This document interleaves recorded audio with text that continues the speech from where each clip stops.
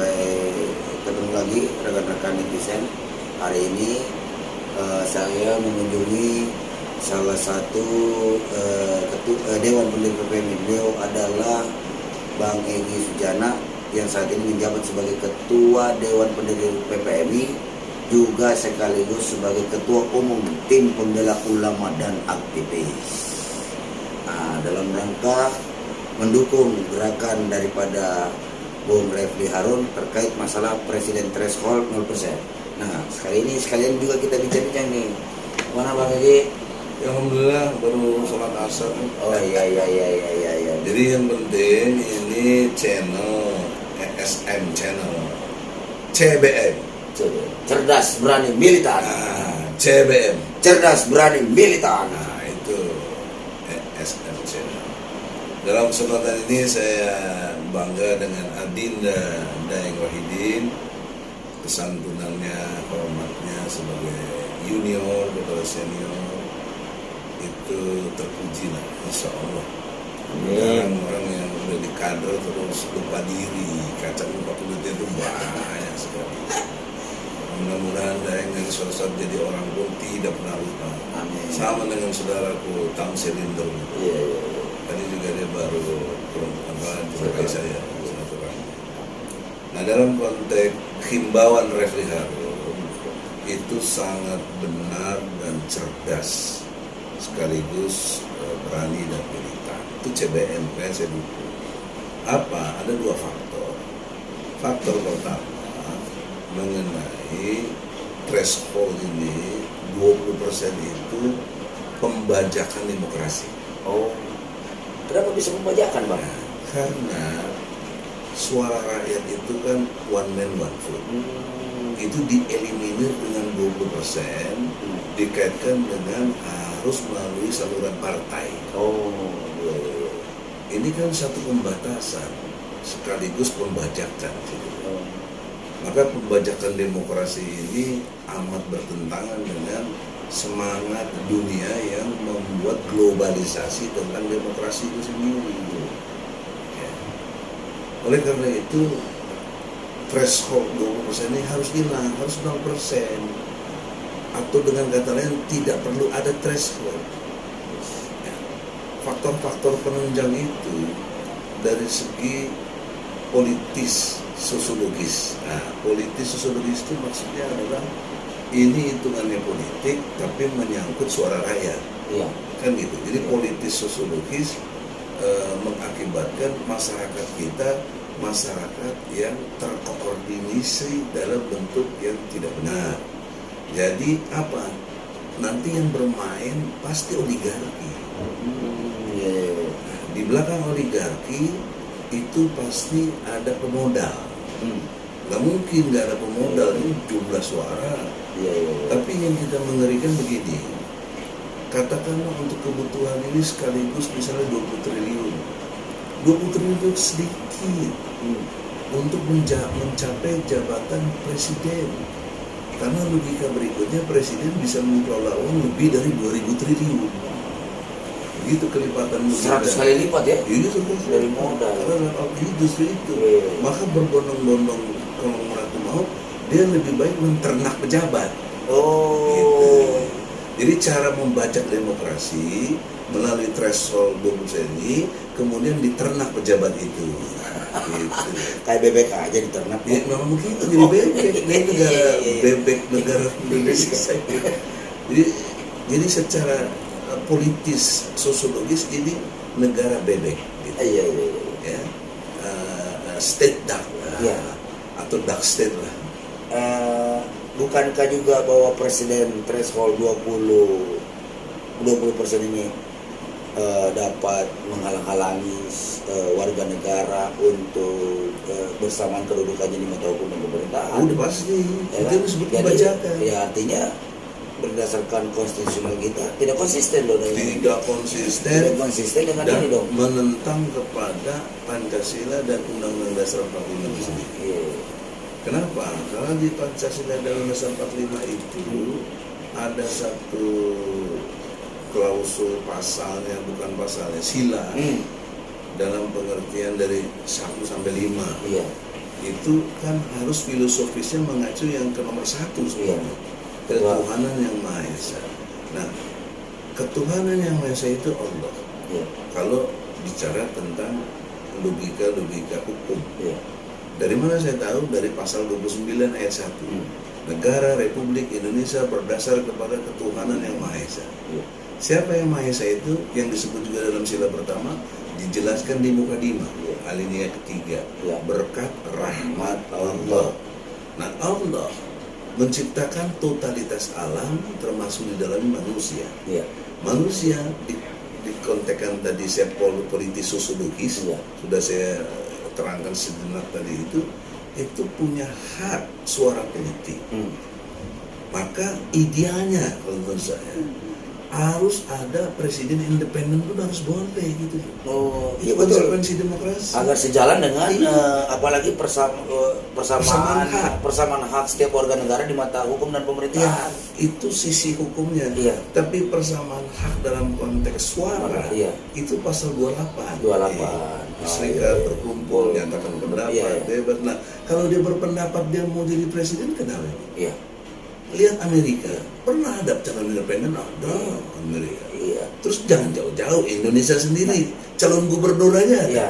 Iya. Saya pernah calon Nah betul, secara Jawa Timur independen. lagi. Nah ini yang ingin saya tanya, kok bisa wali kota, bupati, gubernur, independen? Kok presiden nggak bisa? Kan sama-sama jabatan. Oh, ada apa dengan itu yang saya bilang presiden? nggak usah pakai ada apa lagi, pembajak. Wah, pembajak. Ini kalau bajak laut kan mesti ditembak. Iya, inilah kadang-kadang pejabat kita ini disuruh jagain laut, malah jadi bajak laut. Iya. Nah itu Iya. Disuruh ngurus apa emas ditimbe emas. masih ya. Nggak amanah, nggak sesuai Nah, pasal 33. Berarti ada yang menyatakan gini bang, berarti partai politik yang mendukung presidensial threshold 20% ini dapat dikategori sebagai pengkhianat. Bukan pengkhianat Apa? lagi. Apa? Lebih tinggi dari pengkhianat apa? Orang-orang yang murtad. Waduh, pemurtadan terhadap konstitusi. Iya. Gitu ya. Kenapa saya kaitkan dengan istilah murtad? Karena tadi sila pertama kita Allah. Iya. Allah nggak mengatur begitu. Iya. Allah maunya itu manusia itu bebas, Iya. tapi bertanggung jawab. Iya. Itu Terukur lah ya. Nah, kalau dengan 20% dibajak oleh partai Nah, gitu. iya. Itu persoalan. Ba- Dan kalau sudah bicara partai pasti feodal. Iya. Pasti feodal. Dalam konteks feodal pasti oligarki. Iya. Dalam konteks oligarki pasti dia transaksional. Transaksional betul sekali bang. Itu teori Berarti politis. feodal, oligarki, dan Transaksional. transaksional. Bayar membayar. Bayar membayar. Gitu. Nah, melihat komposisi partai politik sekarang ini, kalau kita lihat ini kan dengan gabungnya PAN ke mana? Ke kubu rejim gitu kan. Jadi total 82%. Iya. Nah, berarti yang sisa oposisi hari ini PKS dan Demokrat 18%. Iya. Nggak bisa dong. Bukan Berarti nggak bisa. Bisa sama dengan Tetap jangan-jangan. aja bisa dilaksanakan. Ah. Tapi nggak ada gunanya. Iya, iya, iya. iya. Kalau udah tahu pemenangnya siapa. Untuk apa? Oh, iya, iya, Untuk iya. apa yang begitu? Iya, betul, betul, betul. Orang belum bertarungnya udah dihambat. Jadi kalah sebelum bertanding. Oh. Dengan mekanisme sistem Hmm. yang saya katakan tadi, pembajak demokrasi, pembajakan demokrasi, dark state, negara bebek, Iya. negara bebek kita Iya. ngikut, apalagi disuruh sana ngikut, Iya, iya. sana ikut. Di daya pendukungnya itu buzzer sebenarnya, yang sangat berpengaruh Iya. untuk Cuci otak masyarakat kita ya. memecah belah bangsa. Iya, iya. Bukan sekedar lagi cuci otak, pecah belah bangsa. Maka oleh karena itu kembali ke himbauan Refli Harun, Nah, saya menegaskan dengan segala kemampuan yang saya punya, dengan jaringan, dengan suara, saya menentang threshold 20%. iya. Saya juga ketua partai umum, Partai Pemersatu Bangsa. Jadi bagaimana saya mau maju? Iya. Ya, bagaimana yang lain juga mau maju? Betul, betul, betul. Mestinya kayak di Iran pertama waktu revolusi, sampai 1000 calon, Iya. 1000 Iya. calon presiden. Nggak masalah. Lewat konvensi atau bagaimana kan Iya. diatur mekanismenya Yang kan. benar seleksi masyarakat. Nah, iya biar terjadi seleksi alam siapa sebenarnya yang dihuni masyarakat. Maka dari itu saya Daeng Wahidin mendukung presidensial threshold 0%. Nah, yang bagi yang mendukung presidensial threshold 20% dapat patut diduga adalah kelompok-kelompok pengkhianat dan murtad terhadap konstitusi negara kesatuan Republik Indonesia. Sekarang Bang Edi, Ya. dong, Ya. jelas. Ya, dengan demikian kita pakai kecerdasan, yaitu lewat petisi kebersamaan ini, saya berharap threshold 20% itu nggak ada. Ya. Tapi dalam dunia politik tidak sekedar bisa berharap, Iya. harus ada people power atau gerakan bersama. Berarti kedaulatan rakyat menentukan di Iya. sini ya, saya menentukan ya. Itulah, jadi rakyat Indonesia harus Karena cerdas. pintu masuknya itu, gugatan saya ke presiden itu mestinya didukung oleh rakyat. Iya. Karena ini adalah pintu masuk untuk bisa membuka secara konstitusi, Iya. memperdebatkan kalau ini benar terbukti, membuka DPR ruang untuk berpendapat, kesampaikan ke MK.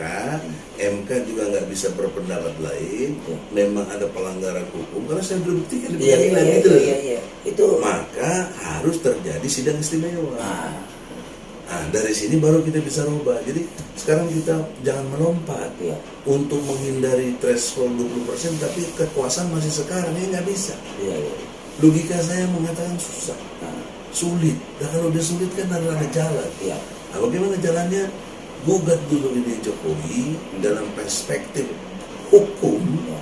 Terjadi jelas pelanggaran hukum, yaitu perbuatan tercela, maka dengan demikian DPR terkondisi, karena DPR juga saya juga Iya. nggak harus panggil presiden itu, dan kemudian MK berpendapat juga, maka sahlah sidang istimewa, ganti presiden. Oh, jadi benar-benar langkah TPU sangat Begitu, konstitusional ini. konstitusional, kita nggak anarkis, Iya, iya. kita nggak buat gerakan-gerakan yang memprovokasi, Ya, benar. kita adu argumentasi, Iya, iya. karena pengadilan kekuatannya dua, satu alat bukti, dua saksi-saksi. Iya. Nah, mari kita bertaruh, Iya. jangankan bertarung, datang ke pengadilan ini nggak pernah. Iya, saya juga saksikan sendiri, gondok kita liatin Bang. Tapi secara ilmu hukum saya senang, Iya, karena iya, iya. menang kita. Iya, iya, iya. Kita iya, nuduh iya. dia nggak jawab, Iya, iya, iya. ya menang loh. Iya, betul. Gentle. Iya. Nggak bisa nggak dianggap orang depan hukum. Nah, sekaligus ini uji yudikatif. Iya. Apakah yudikatif melempem juga seperti legislatif dan eksekutif itu? Apakah dia benar-benar mewakili rakyat Iya. atau mewakili siapa nih? Iya. Ya kan? Ini Kelihatan pertanyaan di yang besar. putusannya kelihatan. Iya, nanti. iya, iya. Nah, kalau itu terjadi juga tidak keadaan yang tidak benar, insya Allah pengadilan rakyat terjadi, insya Allah. Amin, amin. Tanpa saya harus kondisikan, Iya, iya. karena itu logika yang unpredictable. Iya. Ya, unpredictable, susah orang mau bergerak itu susah. Nah, sisi lain ketidakkonsistenan kita, semakin hari saya lihat di OPM itu semakin dasar, Iya. membunuh, Iya, iya. apa bahkan mengancam.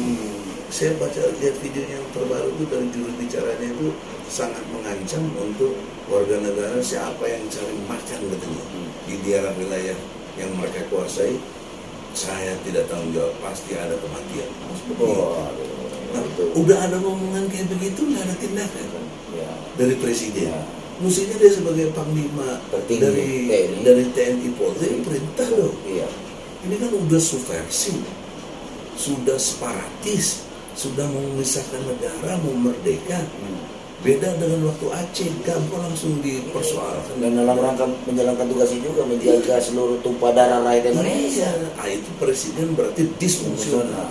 Makanya udah pantas dia mundur. Nah, kalau ini udah mundur, Ya. nggak megang lagi, pemimpin yang tampil yang Allah redoi, kita nggak tahu siapa, ya, yang Allah kehendaki, itu insya Allah ada perubahan. Nah, jadi apabila Presiden Bang tidak mampu mengambil tindakan tegas terhadap OPM, maka mungkin bisa jadi bukti tambahan tuh nanti di pengadilan bahwa Presiden memang disfungsional. Oh sangat, Oh, tidak iya. sesuai dengan konstitusi, Iya, iya, iya. menjaga tumpah darah seluruh Indonesia nggak bisa Iya, nih. iya, iya, iya.